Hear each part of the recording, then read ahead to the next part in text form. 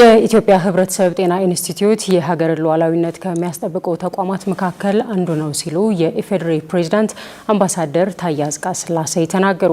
የኢትዮጵያ ሕብረተሰብ ጤና ኢንስቲትዩት 100ኛ ዓመት የምስረታ በዓልም በተለያዩ ሁነቶች ተከብሯል። አየለ መስፍን የኢትዮጵያ ሕብረተሰብ ጤና ኢንስቲትዩት ከተመሰረተ 100 ዓመትን ተሻግሯል። ተቋሙ በኢትዮጵያ ዘመናዊ ሕክምና ፈርቀዳጅና ለሕብረተሰቡ የጤና መረጃ ምንጭ ሆኖ ማገልገሉን የኢፌዴሪ ፕሬዝዳንት አምባሳደር ታዬ አጽቀሥላሴ ተናግረዋል። ሀገራችን ኢትዮጵያ የዜጎቿን ጤና ለመጠበቅና ጠንካራ የጤና ስርዓት ለመገንባት ያደረገችው ብርቱ ግስጋሴ ደግሞ ማሳያ ነው። የሀገር ሉዓላዊነትና ብሔራዊ ደህንነት መገለጫው ፈርጀ ብዙ ነው።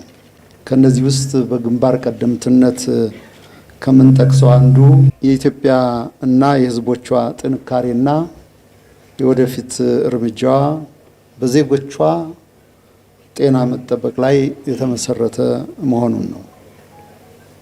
ከዚህ አንጻር የኢትዮጵያ የሕክምና ምርምር አገልግሎት ሰጪ ተቋማት ከፍ ያለ አስተዋጽኦ ያደረጉ ሲሆን ከነዚህ መካከል የኢትዮጵያ የሕብረተሰብ ጤና ኢንስቲትዩት አንደኛው ነው። መንግስት ለተቋሙ የሚሰጠውን ድጋፍ አጠናክሮ ይቀጥላል ብለዋል። የኢትዮጵያ መንግስት የዜጎች ጤንነትን መጠበቅ የሀገር ልማት፣ የኢኮኖሚ እድገትና የብሔራዊ ደህንነት ዋነኛ መሰረት መሆኑን በጽኑ ያምናል። የኢትዮጵያ ሕብረተሰብ ጤና ኢንስቲትዩት የተሰጡትን አገራዊ ተልዕኮች በብቃት መተግበር እንዲችል በመሰረተ ልማትና በቴክኖሎጂ ዘርፍ ይበልጥ እንዲጎለብት ይደረጋል። የጤና ሚኒስትሯ ዶክተር መቅደስ ዳባ ባሉ የኢትዮጵያ ሕብረተሰብ ጤና ኢንስቲትዩት የእስካሁኑን ጉዞ ለትውልድ ለማሻገር የምናቅድበት ነው ሲሉ ተናግረዋል። የኢትዮጵያ የሕዝብ ጤና ታሪክ፣ የሳይንስ ጉዞ እና የሕዝባችን ሕይወትን ለመጠበቅ ለ100 ዓመት ብቻ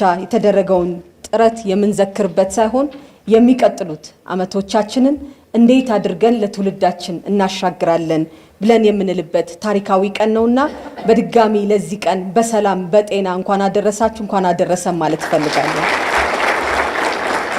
የኢትዮጵያ ሕብረተሰብ ጤና ኢንስቲትዩት ዋና ዳይሬክተር ዶክተር መሳይ ኃይሉ በበኩላቸው በሳይንስ በምርምርና በፈጠራ ሕዝብን ማገልገል የ100 ዓመታት ያልተቋረጠ ጉዟችን ነው ብለዋል። ይህ በዓል የቀደሙ መሪዎች፣ ሳይንቲስቶች፣ ተመራማሪዎች፣ የጤና ባለሙያዎችና አጠቃላይ ሰራተኛ የኢትዮጵያ የሕብረተሰብ ጤና ኢንስቲትዩት በአፍሪካ አንጋፋና ግንባር ቀደም ተቋም እንዲሁም ተአማን ኢንስቲትዩት እንዲሆን የሕብረተሰብ ጤና ስራዎችን ከመንግስት እና ከሕዝብ በተሰጣቸውን ኃላፊነት በታማኝነት በትጋትና በይቻላል መንፈስ እየሰሩና እያገለገሉ በአደገኛ ወረርሽኞች ወቅት እንኳን ከፍተኛ ዋጋ እየከፈሉ የኢትዮጵያን ሕዝብ ያገለገሉትን የኢትዮጵያ ባለውለታዎችንም ለማመስገን ጭምር ይህንን በዓል ያከበርን እንገኛለን።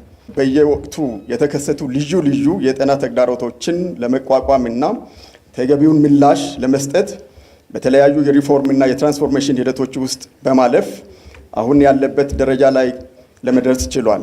በዓለም ጤና ድርጅት የኢትዮጵያ ተወካይ ፕሮፌሰር ፍራንሲስ ካስሎ ኢትዮጵያ የዓለም ጤና ድርጅት መስራች አባል እንደሆነች ጠቅሰው ኢንስቲትዩቱ በሕዝብ ጤና በምርምርና በላቦራቶሪ አገልግሎት በአፍሪካ ከቀዳሚ ተቋማት መካከል መሆኑን አድንቀዋል። እንደ የአየር ንብረት ለውጥና ድንበር ተሻጋሪ የጤና ችግሮች ለመቋቋም የዓለም ጤና ድርጅት ለኢትዮጵያ የሚሰጠውን ድጋፍ እንደሚቀጥልም አረጋግጠዋል።